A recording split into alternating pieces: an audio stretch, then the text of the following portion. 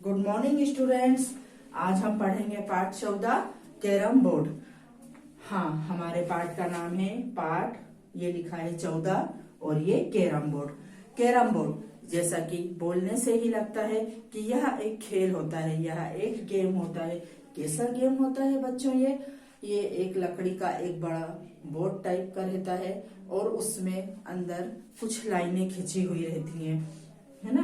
उन लाइनों के अलावा उसमें कुछ गोल गोल गोले टाइप के भी बने होते हैं और इस बोर्ड के चारों ओर जालियां लगी होती हैं।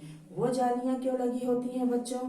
क्योंकि कैरम बोर्ड में खेलने के लिए 3 कलर की गोटी होती है। कौन कौन से कलर की गोटी होती है? एक काली, एक सफेद और एक लाल।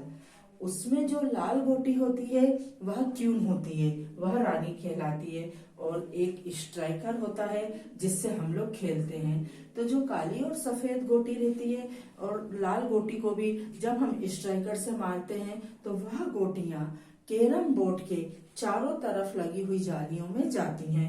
तो उसी से ही बच्चों हम लोग जीतते हैं और उसी से ही हमारा वह गोटियां हमारी हो जाती हैं। तो ये था हमारा पाठ कैरम बोर्ड। अब क्या है, अब हम पाठ के अंदर जाएंगे, यानी कि पाठ प्रवेश। पाठ पढ़ने के पहले हम उसके अंदर जाते हैं। अंदर जाना यानी हमें पाठ का थोड़ा सा सारांश समझना रहता है। जैसे कि मैंने यहाँ पर लिखा है, देखो, खेल चाहे घर में खेले जाए या बाहर मिलकर खेलने से आपसी सहयोग बढ़ता है। हाँ बच्चों, खेल कोई सा भी हो, अगर हम उसे खेल की भावना से खेलेंगे, अगर हम आपस में मिलजुल कर खेलेंगे तो इससे हमारा आपसी सहयोग बढ़ता है। इससे हमें पता पड़ता है कि यह हम में आपस में प्रेम होना चाहिए, खेल की भावना होना चाहिए। खेल में कोई भी भेद नहीं होना चाहिए, ना छोटे बड़े का, ना जाति भेद, किसी भी प्रकार का भेद नहीं होना चाहिए। खेल हमें मिलजुल कर ही खेलना चाहिए और इसी से ही हमारा आपसी सहयोग बढ़ता है। जब हम खेलते हैं दो टीम, कोई भी खेल में बच्चों, किसी भी खेल में हम टीम बनाते हैं। टीम में कुछ बच्चे रहते हैं, है ना, कुछ इधर रहते हैं, कुछ इधर रहते हैं, किंतु जब हम खेलते हैं तो हमारे मन में ये भावना, देश की भावना नहीं होनी चाहिए। हमारे मन में बच्चों खेल की भावना होनी चाहिए। इसी खेल की भावना से, खेलने से हमारा आपसी सहयोग बढ़ता है, हम एक दूसरे की मदद कर सकते हैं। तो ये था हमारा बच्चों पाठ प्रवेश। अब देखो पाठ में क्या है, छुट्टी का दिन था। हाँ, छुट्टी का दिन था। सुबह तेज बारिश हो रही थी। आशिमा और अंशु खेलने जाना चाहते थे। छुट्टी का दिन था, तेज बारिश हो रही थी और आशिमा और अंशु भाई बहन थे बच्चों, वो दोनों खेलने के लिए बाहर जाना चाहते थे, किंतु बारिश इतनी तेज थी कि वो बाहर नहीं निकल पा रहे थे, है ना। उनको तो ये लग रहा था कि उनकी छुट्टी का दिन है तो आज उन्हें खेलना ही खेलना है। इसलिए वह बार बार, जब बारिश हो रही थी तो वह बार बार खिड़की से झांक रहे थे। वह बार बार खिड़की से क्या देख रहे थे कि बारिश बंद हो जाए और वो खेलने जाए। हम भी स्कूल जाते हैं, पूरे 6 दिन स्कूल जाते हैं और एक रविवार के दिन हमारी छुट्टी पड़ती है। इसी प्रकार आशिमा और अंशु की भी छुट्टी थी उस दिन, किंतु वह सुबह जल्दी उठे तो उन्होंने चाय नाश्ता करा और वह किस चीज का इंतजार कर रहे थे? वह खेलने का इंतजार कर रहे थे बच्चों, है ना। खेलने जाना चाहते थे परंतु वह बारिश के कारण बाहर निकल नहीं पा रहे थे। अब उसके आगे देखो क्या है, वे बार बार खिड़की से बाहर देख रहे थे। हाँ, उनकी पूरी तैयारी थी कि वो खेलने जाएंगे, किंतु वह बार बार खिड़की से क्या देख रहे थे बच्चों? बारिश देख रहे थे, है ना। जब भी बारिश आती है तो वह कुछ कभी कभी बारिश ऐसी आती है कि आती है और 2 मिनट बाद चली जाती है, किंतु कई कई बार इतनी इतनी तेज पानी गिरता है, ऐसी बारिश होती है कि वह घंटों नहीं रुकती है ना।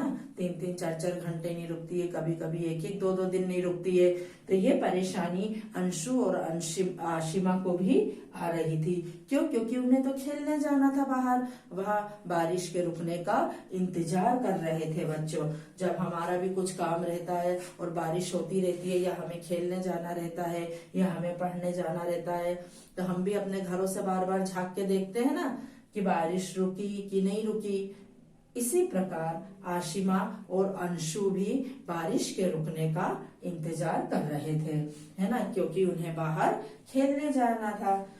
बारिश थी कि रुकने का नाम नहीं ले रही थी। वह बारिश के रुकने का इंतजार कर रहे थे, बार बार देख रहे थे, किंतु वह बारिश रुकने का नाम ही नहीं ले रही थी। बारिश इतनी तेज हो रही थी, इतनी तेज बरसात हो रही थी कि वह रुकने का नाम ही नहीं ले रही थी। ऐसे में अंशु और आशिमा बेचैन हो जाते हैं। फिर वह सोचते हैं कि हम घर में ही कुछ खेल लें, है ना। जिस तरह से हमारे पाठ का नाम है कैरम बोर्ड, तो यह खेल बच्चों हम लोग घर में खेल सकते हैं, है ना। इसे मैदान में या ग्राउंड में खेलने की जरूरत, या सड़क के इस पार उस पार खेलने की जरूरत नहीं पड़ती है। इसको हम अपने घर पे ही रखकर खेल सकते हैं। कहीं पे भी कमरे में रख लो, या जहाँ छत है उसके नीचे आंगन में रख लो, और 4 लोग बैठ के या 2 लोग बैठकर कैसे भी इस खेल को खेल सकते हैं।